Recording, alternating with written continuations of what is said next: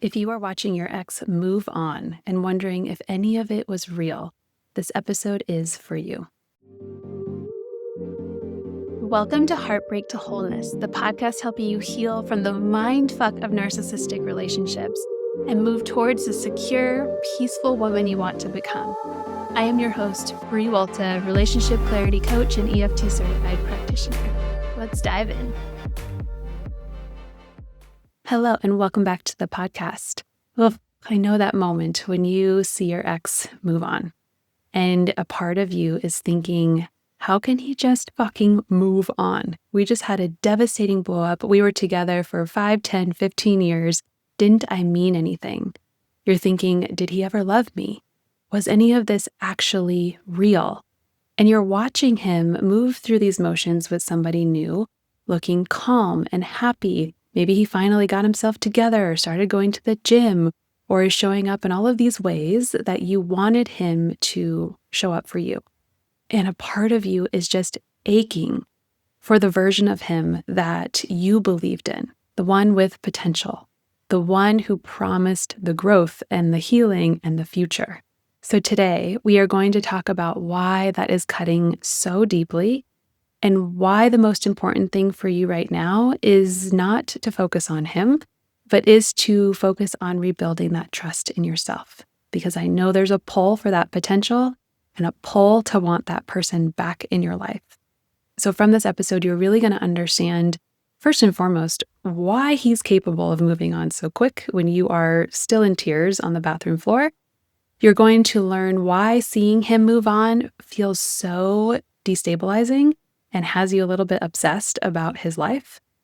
And you're going to learn how to rebuild that trust in your own memories and instincts and emotional truth.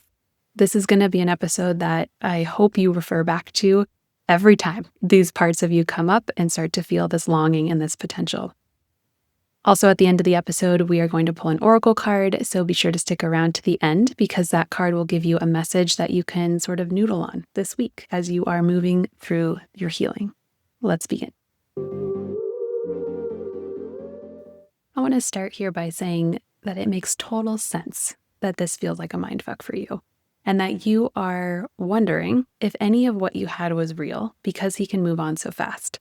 That is a completely fair conclusion to make about somebody that you see already in a committed relationship with somebody else. So you're not crazy for wondering this and thinking this and feeling these ways. And you're also not crazy, and there's also nothing wrong with you if you're seeing this version of him and actually kind of wanting that version of him back and considering reaching out or considering going back to him because you have just been waiting for him to become this person that you have held out so long for. I have clients who tell me all the time that they are afraid to actually leave because what if he goes into the next relationship and all of the work that she put in is finally actualized with this new woman? Like, what if the new woman gets to benefit from all of my blood, sweat, and tears? And that makes complete sense because likely you have been working really hard and really long trying to get him to actualize potential that you saw in the beginning of the relationship. So what's happening right now is not just a heartbreak. What's happening right now is not just grieving of a love or a relationship that you had. This is a layered grieving process because part of what you're grieving is actually the person that he promised that he would be. And not just who he promised, but the person that you actually saw and experienced in the beginning of the relationship. That person, that the yogi who talked about his feelings and wrote you love letters and took you on surprise adventures, who eventually turned into the drunk who blamed you for everything and made you feel crazy for being angry at him after he sent you 25 ridiculous text messages in a row.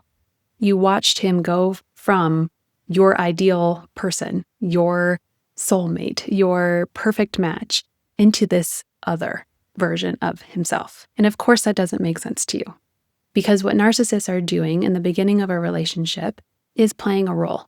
They are putting on a mask to become whatever you are telling them that you want in a person.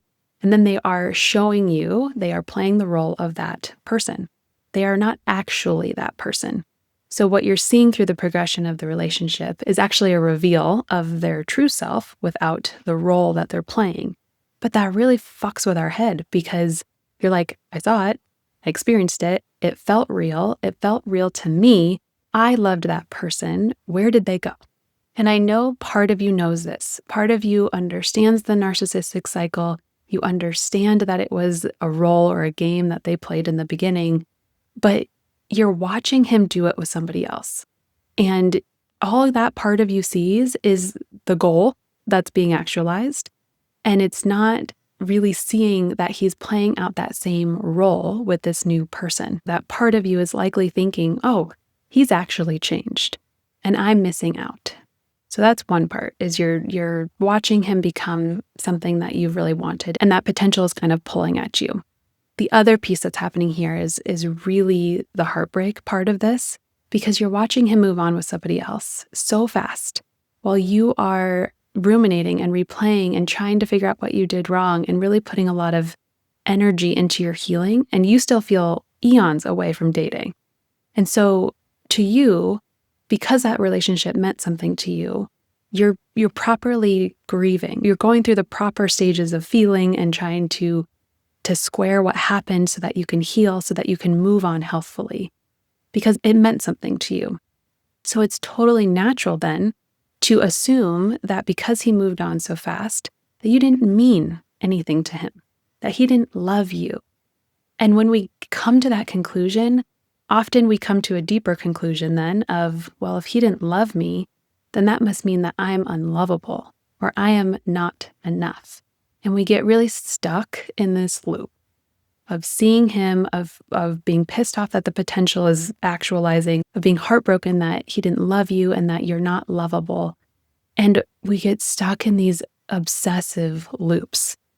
Hating him, leaving him, seeing him move on, wanting him back, feeling like shit. And inside it's anxiety, it's doubting what was real, it's doubting that it got so bad. Has that happened to you where you're like, oh, maybe the relationship wasn't that bad because you're seeing him be what you want? It's like this trying to convince yourself to go back and that you didn't experience all of the bullshit that you experienced. It's actually gaslighting yourself. So that's happening. And you're ruminating over the new girlfriend and stalking her social media, most likely. And you're thinking that it's all your fault. And all of this is like just compacting in your brain where it feels like you're gonna explode. It feels like you don't know how to make sense of all of these parts, of all of these feelings. And so externally, what's happening is that you are spending all of your energy still on him. I know you left the relationship because it was so draining, or partly because it was so draining. And while you guys were together, you were very preoccupied with him, with trying to figure him out, with trying to change him, with trying to walk on eggshells so that he didn't get upset. It was a lot of him focused. And so now you're still him focused, even though you're not in the relationship, which is partly why it feels so terrible, because it's feeling incongruent inside with your need to leave the relationship. What happens when your energy is being focused on another person is it's delaying your healing, and it is keeping you repeating patterns and self-beliefs, self-limiting beliefs that really need to be healed. But when your energy is focused on him, there's no capacity to turn it back inward to do the healing work that I know you're ready for, that I know you really want to do, because I also know you really want freedom from this person. So again, you're not doing anything wrong here. It makes sense that you're having these feelings, these thoughts, this confusion that's happening because you're watching somebody create another connection from a place of needing power and control, not from a place of love. That's why he's able to move on so quickly. He's not actually attached in the way that you were attached in the relationship. Now, I know it felt real for you because it was real for you. The love, the dedication, the loyalty, the support, all of the benefit of the doubt that you gave him, all of that came from a place of loving the person, wanting to be there for them, wanting the best for them, wanting to support them. That was all real and genuine, even though he was creating this bond with you from a totally different place, it was still real for you, which means you're going to move through the grief cycles in a healthy way, and he will not. He is able to sort of replace one with the other of whoever's giving him the power and the control in this moment in time. And that is not about you.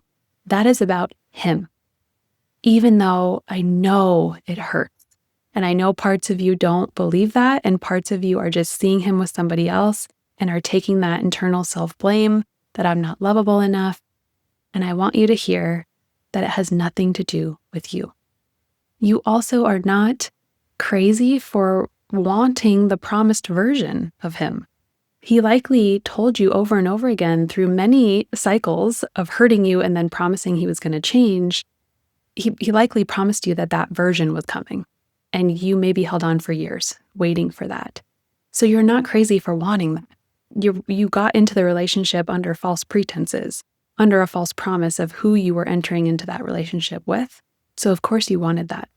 What needs to heal here is not just your broken heart, but it's actually the part of you that's holding on to the potential of him. Because the more you believe that he's capable of becoming that person, of being and sustaining and genuinely being that person, the more that you believe that, the more you're going to hang on, the more you're going to care about what he's doing in his life to prove or disprove that he is that person, the more energy you're going to continue to spend on him and the more cost that it's going to have for you. The moment that you stop trying to make his potential real is the moment that you can start to create your own, taking all of that energy away from him, redirecting it back into you, because you have likely felt like you've lost yourself. You have likely felt like you can't trust your instincts, that you can't really make sense of what you're feeling and thinking and knowing. So when you return that energy back, you really, really get to return to that self that you're feeling so far away from. And I know that process is hard, which is exactly why I created my free guide that's called Trust Yourself More Than His Potential. And it's going to help you do exactly that. So if you are finding yourself stuck in this potential land place, as I like to call it, this place where he is the perfect person that you have waited for him to be, then please go to the show notes and download this free guide. I promise you it will help you to stop obsessing over who he could have been, or maybe is looking like he is now, and start reconnecting with who you are without gaslighting yourself, without second guessing your feelings. It took you so much work to leave the relationship. Took so much courage, so much bravery, so many tears, that I want you to be continuing on that road to feeling the ultimate freedom from him, to detaching energetically from caring about what he's doing, wondering about his life, and focusing on you, returning to you, because you deserve that. So please download that free guide. It is really such a beautiful tool. And I want to pull an oracle card here for you. Oh, there it is. The card that came out is Hindsight. So let me find Hindsight in the book and I will read to you what it says. Take a deep breath. Breathe it into your back body. What is it seeing? This is hindsight. It comes to you as a perspective shift to remind you that what is behind you is as important as what is in front of you. A message from the divine seer of the past, present, and future reminds you that there is much to be learned from the past, lessons to be embraced and celebrated, a treasure trove of knowledge and experience to inform your next steps. You choose what you take and what you leave behind, while always honoring what was. Hindsight also requires you to be thoughtful and aware of what you are leaving in your wake. Is or was your impact what you intended it to be? In every moment, the decisions you make have forwards and backwards consequences. Hindsight encourages you to gaze gently on the past, for you cannot change it. Yet it reminds you that the awareness in back of you matters just as much as the awareness in front of you. Such a pertinent card. As I like to say in my program with my clients, I have a whole module that's called Hindsight is a Bitch, because it can be. We can look back at ourselves in that situation with all of the knowledge, all of the experience that we've had since that point of time, and we are really hurting ourselves by judging ourselves for not knowing what we know now, of not making a different choice. So please, please, please treat yourself with that compassion and grace. And until I see you in the next episode, please remember that you are not alone.